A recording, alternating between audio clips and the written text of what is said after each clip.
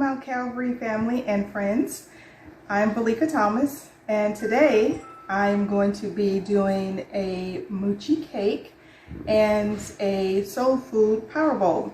So my kids have been into this Moochie for like a year now, and it's a very interesting concept with a nice pillow doughy type crust and soft in the middle. It usually comes with ice cream, but we're going to make it into a cake today. And then in light of Black History Month, we're going to do a twist of classic soul food but healthy. So we're going to do a power bowl, and we're going to make sweet potatoes, collard greens, all the things we love. Okra. We're going to even put some shrimp and salmon in there. I'm also here at my cousin's house with my mom and my aunt and my sister-in-law celebrating or getting our menu together for what would have been my grandfather's 102nd birthday. And he loved soul food. He loved fried fish and potato salad. So what we're going to do is a twist on that. Instead of the fried fish, I'm going to do a seared salmon, and instead of potato salad, we're going to do a roasted sweet potato. But to get started, I'm going to do the cake because it takes about an hour to bake. So we're going to get that started, and then while that's baking, I'm going to get the main dish, which is the soul food power bowl. As part of homage to my grandfather, who would have been 102, we're going to do a Moochie Cake. So my grandfather loved better than sex cake. That's what he called it to us. And that's what we knew it as, 30 years ago, because he said it was just that good. But it was full of sugar and icing and cream, whipped cream, a lot of coconut. So I'm going to do a twist on that, which is the Moochie Cake. So for our ingredients with the Moochie Cake, I'm going to do the flour, but it's rice flour. So rice flour, of course, has less calories, no gluten, so it's a little bit healthier than just the regular all-purpose flour. And I have half and half as opposed to regular milk. Of course, vanilla always brings out the flavor and everything, along with salt.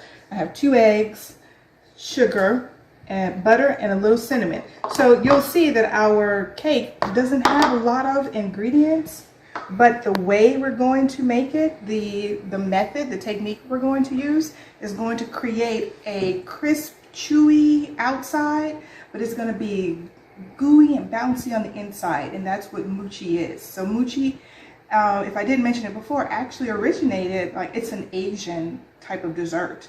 And the ice cream is so delicious. So if you're ever in Kroger or anywhere, Target, pick up some Moochie. You will love it. And it comes in little bites, and it's just delicious. So we're gonna get started with creaming our butter and our sugar. So I am using 8 tablespoons of butter, and I'm going to use 1.5 cups of sugar. Okay, so we're just going to get started creaming that until everything is mixed nice and creamy. And then we're going to continue adding our ingredients as we go to make this nice, pillowy, bouncy inside. And with Moochie, you can even use different type of flavoring. You can use matcha, a green tea mix, the powder that can go in here to give it a flavor. You can use coconut. I'm going to turn it up a little bit. You can use coconut shreds to give it a nice flavor. And this dish can also be dairy-free. The eggs aren't really considered a dairy. So instead of being half and half, you can use unsweet coconut milk, which would make it a dairy-free. If you want to, again, be a little bit healthier on the eggs, you could substitute it with just egg whites. So instead of 2 eggs, you can do 4 egg whites.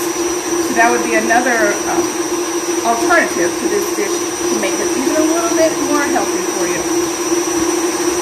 Okay, sugar and our butter is creaming. I'm going to turn this down some so so that I can add our 1 2/3 cup of half and half, so that I can bring it together. This recipe and the ingredients, yes, will make it a nice, again, very not basic flavor, but traditional. You know, you'll taste a lot of vanilla, and because we're not adding extra flavor, then that's what you'll get. You know, it's similar to the buttermilk pie without the buttermilk, just half and half. So again, you are welcome to use any type of flavoring that you would like. Turn it up a little bit. Okay. Just to get that going. We're going to turn it off.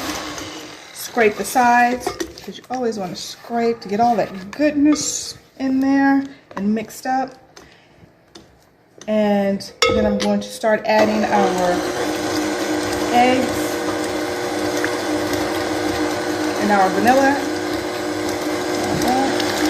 We have the 2 eggs in there. I have 2 teaspoons of vanilla extract. Alright. I have 1 teaspoon of kosher salt.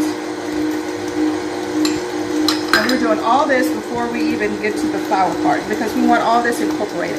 We don't want to over mix. So once we get our flour in, although it doesn't have gluten, which is, you know, when you're baking a cake, a normal cake, you don't want to over mix, because your gluten will continue to incorporate, and it will over bake, and that's where you'll get the flat middle. But here we're just doing all of our ingredients before we put in our flour, although it doesn't have gluten, just so we don't over mix it, because we want it to be gooey inside. We want it to still be, we want it to be cooked, but we want it to be gooey and ooey and yummy. All right, so that's enough of that. Now this part you can mix as long as you want, because this doesn't have anything that would change, you know, the composition of the cake. So this is just simply our butter, our sugar, our eggs, our salt, and our baking powder. Okay, so I have our butter, our sugar, I have the eggs, the vanilla and salt all whisked together, and the half and half. And now we're going to add the rice flour. And I also added the baking powder along with the cinnamon. So we're just simply going to add it slowly and continuously so that it doesn't clump. And we want a nice smooth batter when we pour it into our pan. So I'm going to start with a little here and just mix that until it's ready.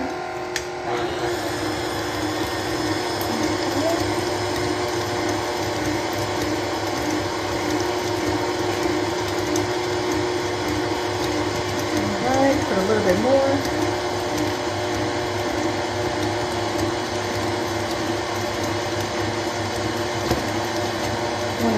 Incorporated our flour, our baking powder, cinnamon, and with our wet ingredients of the butter, the sugar, the half and half, the salt, and the vanilla. So now I'm going to transfer it to our pan. And what I'm using is just a 1 9-inch round pan. I buttered it and I coated it with sugar. The sugar is going to give it a nice crunchiness on the outside, but it won't caramelize because the sugar itself is not directly on the heat. So it's not going to brown very much. I mean, the sugar itself, you know, it won't caramelize as if you had fire directly on it, but it will give it a crunch. This is where, after we pour it in, this is where you can actually add like coconut, shredded coconut to the top if you would like. It gives a nice extra flavor, especially if you're using unsweetened coconut milk instead of the half and half. But I will be sure and post the recipe along with some alternatives that you can use for this Moochie cake, but it is going to be yummy. So I'm just going to pour this in, 9-inch pan. The vanilla, the butter, you can smell all of that just in the mixing. Smells delicious. Okay, so now I have it poured into our pan. that is buttered and sugared. The sugar will give it a nice crunchy taste without it being burned or caramelized. So I'm going to put it in our 350-degree oven. I had it preheating already. I'm going to bake it for 55 minutes to an hour. And while it's baking, we are going to get our other things ready. All right, we're going to get our ingredients together for our Soul Food Super Power Bowl. So I'll be back with you shortly. I have already chopped and separated the ingredients we need for our Soul Food Power Bowl. We have our collard greens, sweet potatoes, we have our salmon and shrimp for garnish, because we don't want to do too much cholesterol with the shrimp.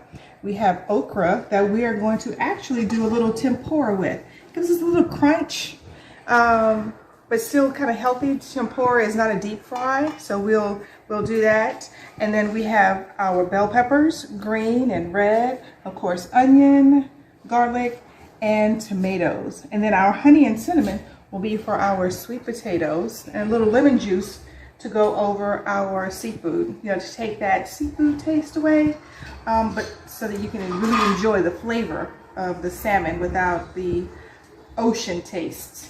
I did go ahead and season our salmon, which I seasoned with some red pepper flakes, you know, a little spice to kick it up, and some garlic. I put some seasonal. You know, however you season your salmon will be just fine with this dish. I'd like, again, to do the lemon juice on it to take away that that seafood taste, that, you know, like it's the salt of the fishy taste. I like to take that away with the lemon juice. I like a little spice. Of course, garlic is always good. So we'll come back after we start getting everything together. Okay, so I've added our onions to our oil and butter. The oil gives, the olive oil gives it a nice, of course, healthy flavor, and the butter helps with the fat but not salt, and again gives it an extra layer of flavoring. What I'm going to also do is add some salt and pepper to our onions, because they do not come seasoned. And I'm not going to overpower it. I'm just putting enough to cover the onions with some salt, some Himalayan pink salt.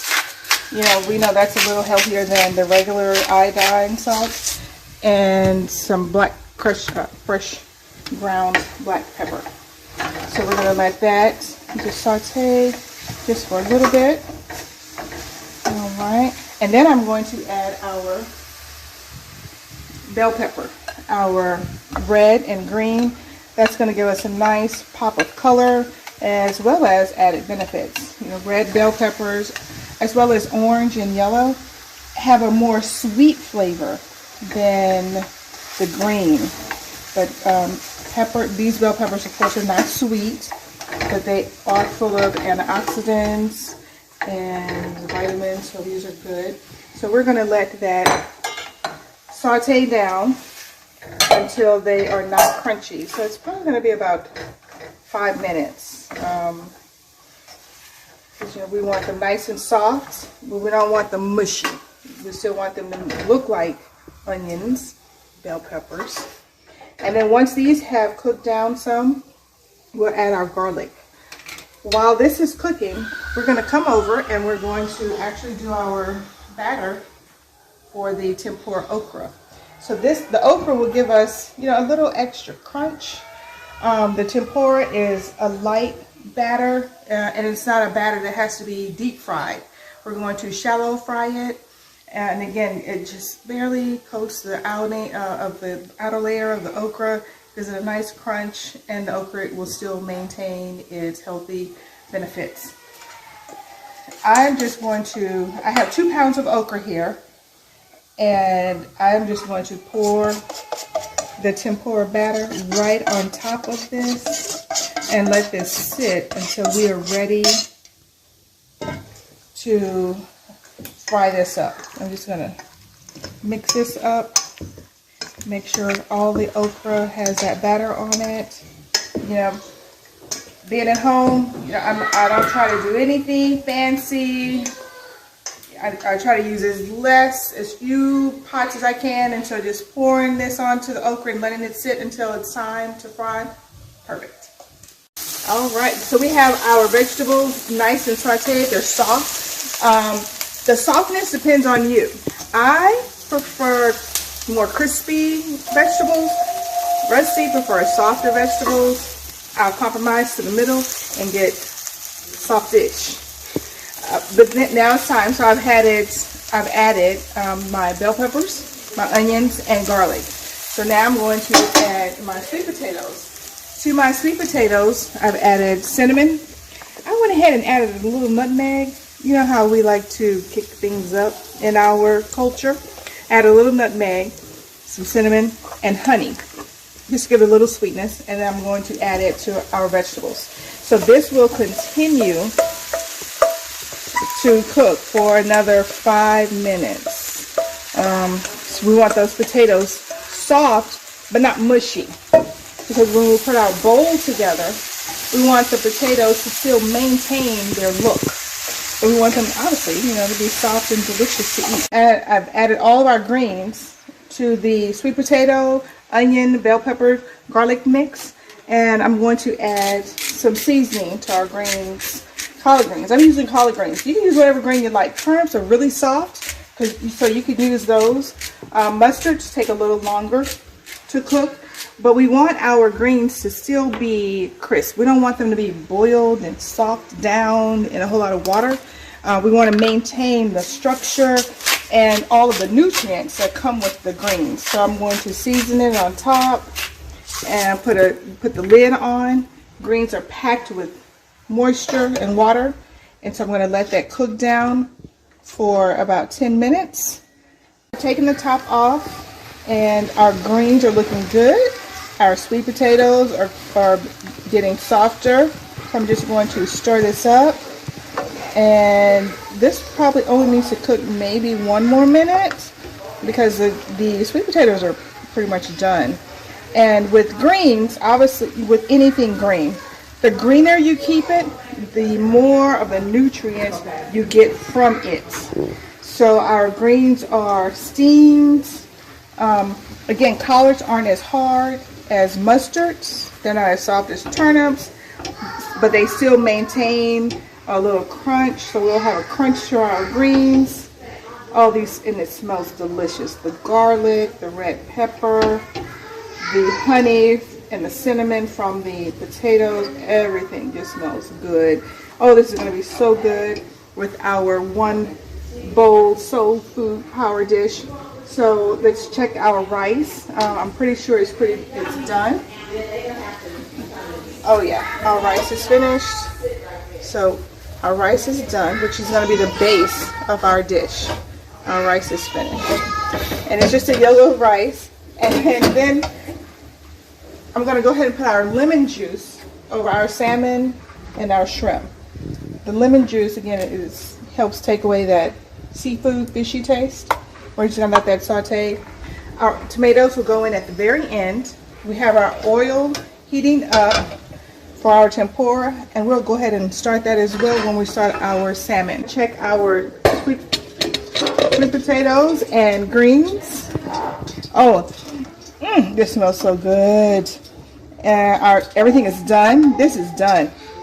So we're going to turn the fire off on this, and we're going to let that just stay hot. It smells delicious. At this point, you want to taste and adjust any seasoning you need. If you need a little extra salt or pepper, oh, this looks so good. The color, the orange, the sweet potato. And remember, we put honey and cinnamon and ginger. No, I'm sorry. We put cinnamon and nutmeg on our sweet potatoes. So that smells delicious with these greens and the onions and bell peppers and garlic. So if you need to adjust your flavor, adjust it now while we are going to move into getting the salmon and the shrimp on board, and then our tempura. So let's go ahead. We're gonna put our shrimp, salmon on, and we're gonna put with the skin down first.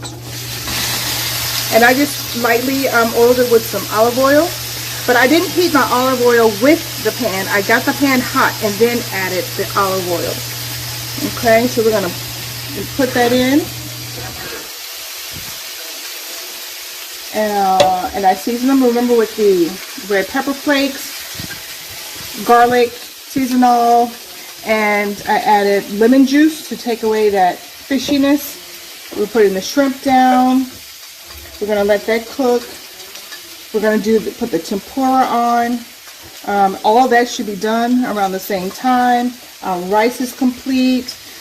Our vegetables are complete. We'll be able to put our bowl together very shortly. And then our shrimp is just simply for garnish.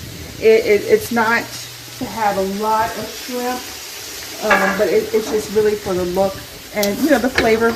We all like shrimp, but we don't need a lot of shrimp because it does have a lot of cholesterol and bad things for us. So we're just gonna let that sear on medium for 3 minutes on this side. We're going to flip it over and let it sear for another 3 minutes. When your fish doesn't move easily, it's not ready. It's not ready yet. Once it gives it a couple of minutes, it's going to easily move, and then it'll tell us when it's ready to flip over. So our okra has been just sitting in our batter, our tempura batter. And so I'm just going to put it in. I just want a shallow grease. So we're not trying to pan, like deep fry. We just want to pan fry. Shallow fry it on both sides. And again, it's just to give it some texture. The okra of course, has great health benefits. But we don't want to overpower it too much with deep frying. So we're just going to put this in, let it fry. As our salmon continues, it's looking good over there. We're on the down end. We're going to be eating soon.